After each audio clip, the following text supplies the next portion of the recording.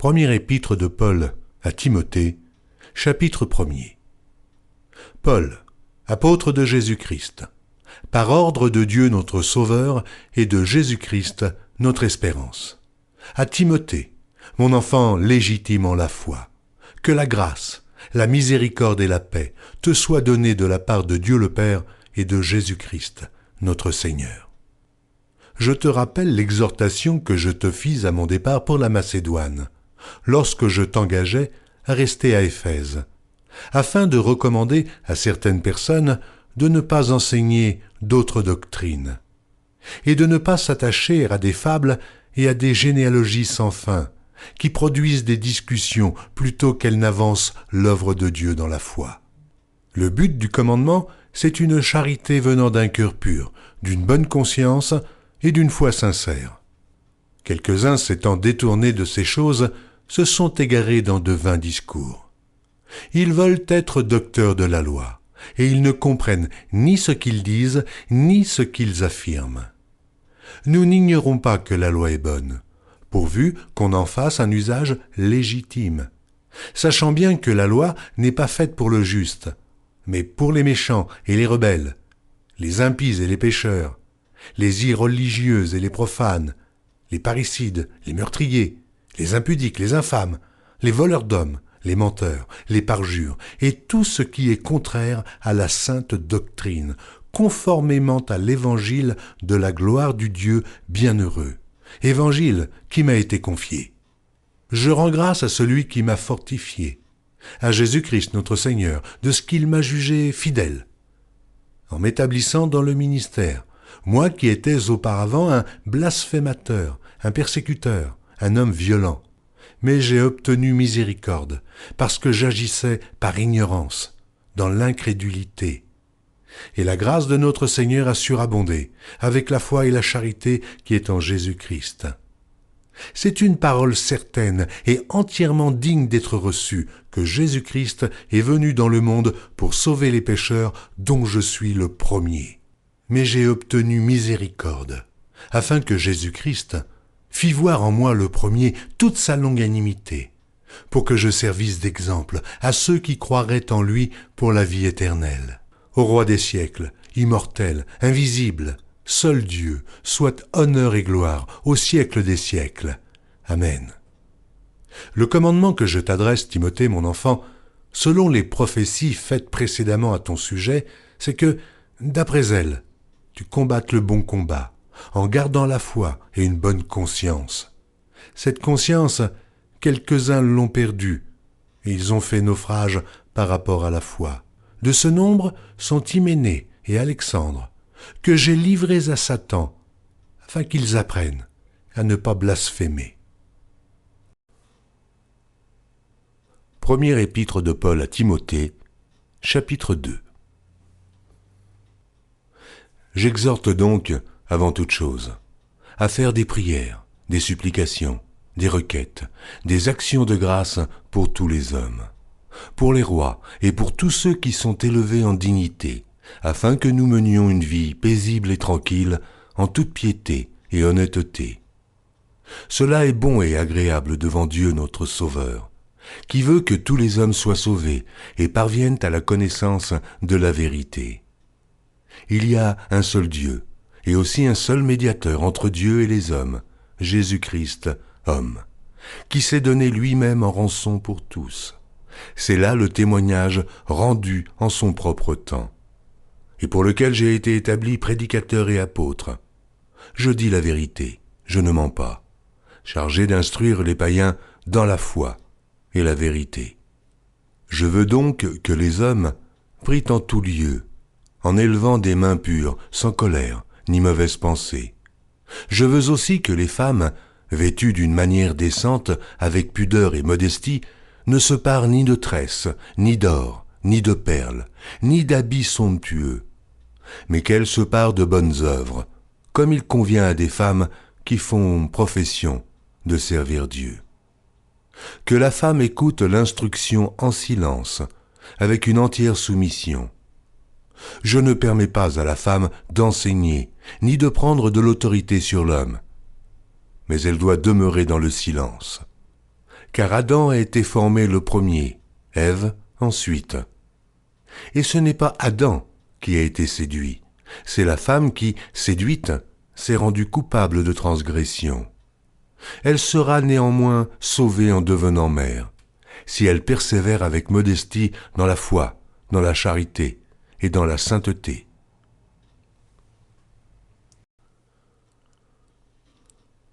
Première épître de Paul à Timothée, chapitre 3.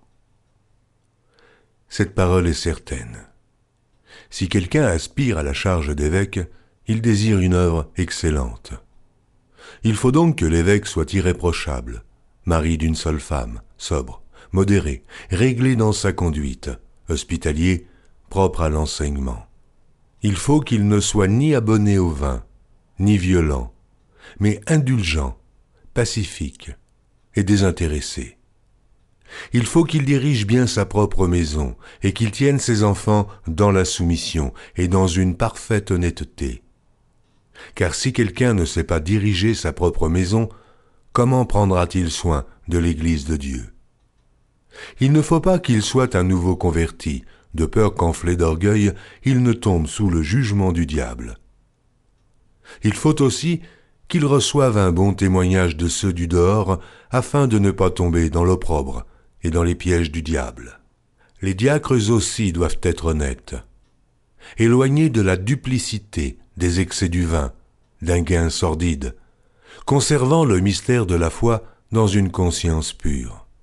Qu'on les éprouve d'abord, et qu'ils exercent ensuite leur ministère, s'ils sont sans reproche.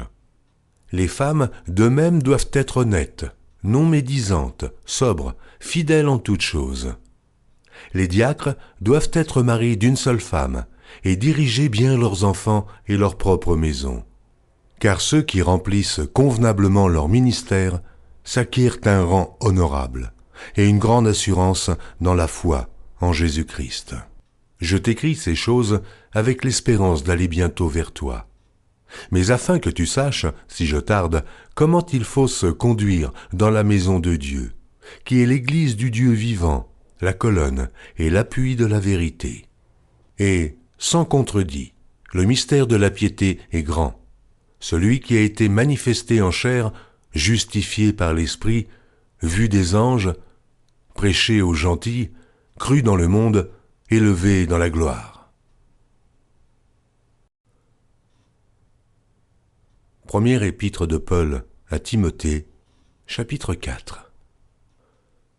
Mais l'Esprit dit expressément que, dans les derniers temps, quelques-uns abandonneront la foi, pour s'attacher à des esprits séducteurs et à des doctrines de démons, par l'hypocrisie de faux docteurs portant la marque de la flétrissure dans leur propre conscience, prescrivant de ne pas se marier et de s'abstenir d'aliments que Dieu a créés pour qu'ils soient pris avec action de grâce par ceux qui sont fidèles et qui ont connu la vérité.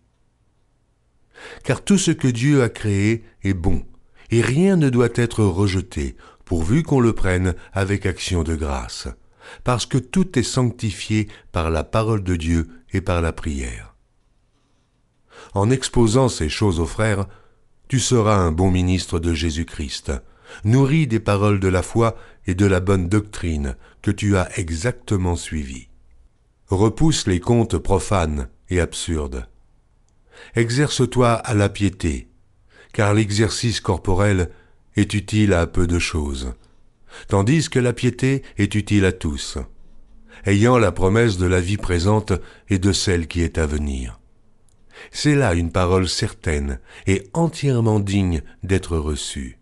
Nous travaillons en effet et nous combattons, parce que nous mettons notre espérance dans le Dieu vivant, qui est le sauveur de tous les hommes, principalement des croyants. Déclare ces choses et enseigne-les. Que personne ne méprise ta jeunesse, mais sois un modèle pour les fidèles, en parole, en conduite, en charité, en foi, en pureté. Jusqu'à ce que je vienne, applique-toi à la lecture, à l'exhortation, à l'enseignement. Ne néglige pas le don qui est en toi, et qui t'a été donné par prophétie avec l'imposition des mains de l'assemblée des anciens. Occupe-toi de ces choses. Donne-toi tout entier à elle, afin que tes progrès soient évidents pour tous. Veille sur toi-même et sur ton enseignement. Persévère dans ces choses, car en agissant ainsi, tu te sauveras toi-même, et tu sauveras ceux qui t'écoutent.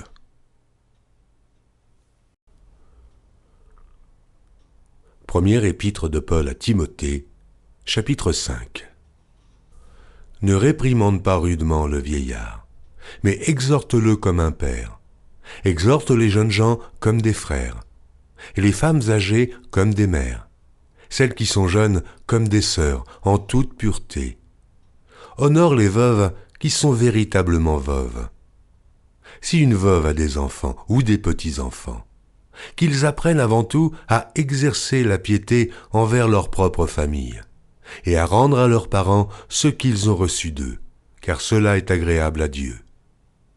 Celle qui est véritablement veuve, et qui est demeurée dans l'isolement, met son espérance en Dieu, et persévère nuit et jour dans les supplications et les prières. Mais celle qui vit dans les plaisirs est morte, quoique vivante. Déclare-leur ces choses, afin qu'elles soient irréprochables. Si quelqu'un n'a pas soin des siens, et principalement ceux de sa famille, il a renié la foi, et il est pire qu'un infidèle. Qu'une veuve, pour être inscrite sur le rôle, n'ait pas moins de 60 ans, qu'elle ait été femme d'un seul mari, qu'elle soit recommandable par de bonnes œuvres, ayant élevé des enfants, exercé l'hospitalité, lavé les pieds des saints, secouru les malheureux, pratiqué toute espèce de bonne œuvre.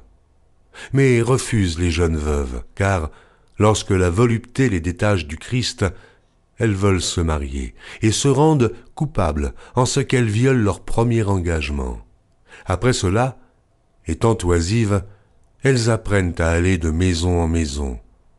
Et non seulement elles sont oisives, mais encore causeuses et intrigantes, disant ce qu'il ne faut pas dire. Je veux donc que les jeunes gens se marient, qu'elles aient des enfants, qu'elles dirigent leur maison, qu'elles ne donnent à l'adversaire aucune occasion de médire, car déjà, quelques-unes se sont détournées pour suivre Satan. Si quelque fidèle, homme ou femme, a des veuves, qui les assiste, et que l'Église n'en soit point chargée, afin qu'elle puisse assister celles qui sont véritablement veuves. Que les anciens qui dirigent bien soient jugés dignes d'un double honneur, surtout ceux qui travaillent à la prédication et à l'enseignement. Car l'Écriture dit « Tu n'emmuselleras point le bœuf quand il foule le grain, et l'ouvrier mérite son salaire. » Ne reçois point d'accusation contre un ancien, si ce n'est sur la déposition de 2 ou 3 témoins. Ceux qui pêchent, reprends-les devant tous, afin que les autres aussi éprouvent de la crainte. Je te conjure devant Dieu, devant Jésus-Christ, et devant les anges élus d'observer ces choses sans prévention, et de ne rien faire par faveur. N'impose les mains à personne avec précipitation, et ne participe pas au péché d'autrui. Toi-même, conserve-toi pur. Ne continue pas à ne boire que de l'eau, mais fais usage d'un peu de vin à cause de ton estomac et de tes fréquentes indispositions. Les péchés de certains hommes sont manifestes, même avant qu'on les juge, tandis que chez d'autres, ils ne se découvrent que dans la suite. De même, les bonnes œuvres sont manifestes, et celles qui ne le sont pas ne peuvent rester cachées.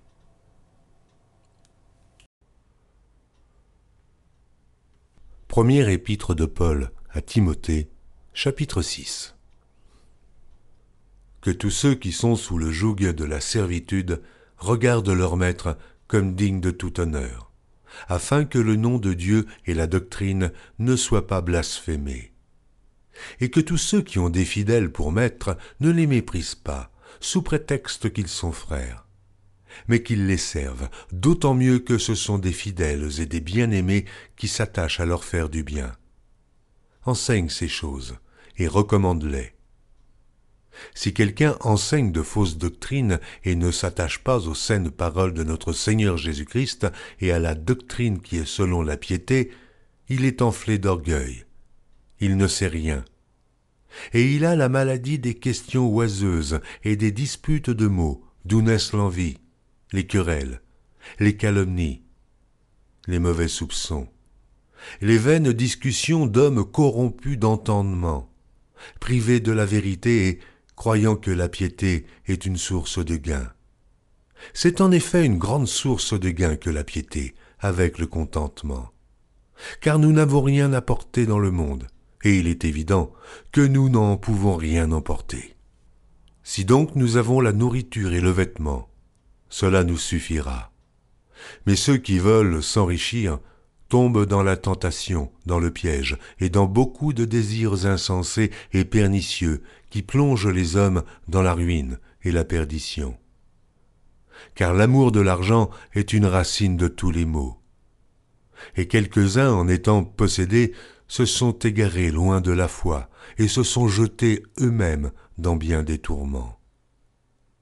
Pour toi, homme de Dieu, fuis ces choses et recherche la justice, la piété, la foi, la charité, la patience, la douceur. Combat le bon combat de la foi. Saisis la vie éternelle, à laquelle tu as été appelé et pour laquelle tu as fait une belle confession en présence d'un grand nombre de témoins. Je te recommande devant Dieu, qui donne la vie à toute chose, et devant Jésus-Christ, qui fit une belle confession devant Ponce Pilate, de garder le commandement et de vivre sans tache, sans reproche, jusqu'à l'apparition de notre Seigneur Jésus-Christ, que manifestera en son temps le bienheureux et seul souverain, le roi des rois et le Seigneur des seigneurs, qui seul possède l'immortalité, qui habite une lumière inaccessible, que nul homme n'a vue ni ne peut voir, à qui appartiennent l'honneur et la puissance éternelle. Amen. Recommande aux riches du présent siècle de ne pas être orgueilleux et de ne pas mettre leur espérance dans des richesses incertaines, mais de la mettre en Dieu, qui nous donne avec abondance toutes choses pour que nous en jouissions. Recommande-leur de faire du bien, d'être riches en bonnes œuvres, d'avoir de la libéralité et de la générosité, et de s'amasser ainsi pour l'avenir un trésor placé sur un fondement solide, afin de saisir la vie véritable. Ô Timothée, garde le dépôt, en évitant les discours vains et profanes et les disputes de la fausse science dont font profession quelques-uns, qui se sont ainsi détournés de la foi. Que la grâce soit avec vous.